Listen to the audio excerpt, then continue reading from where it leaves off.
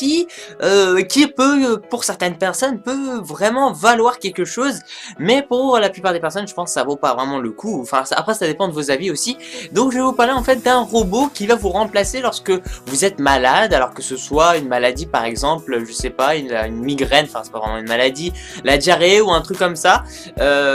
ou alors, par exemple, si vous êtes dans un hôpital, vous avez une hospitalisation pendant 2-3 semaines et que vous pouvez pas aller en cours, et bien, dans certains établissements, et attention, dans certains établissements, puisque ça sera sélectionné,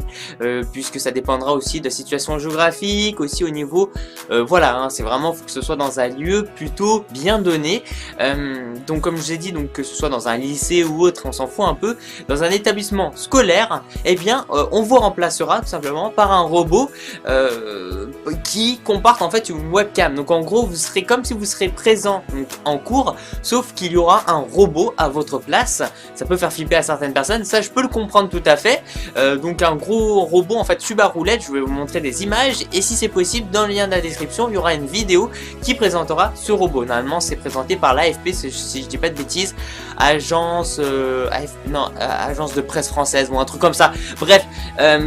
par les journalistes français en fait ça a été présenté puisque ça existe enfin pour l'instant c'est qu'en France et à un certain endroit là où j'habite en région Rhône-Alpes. Donc ça fait quand même assez plaisir de retrouver ça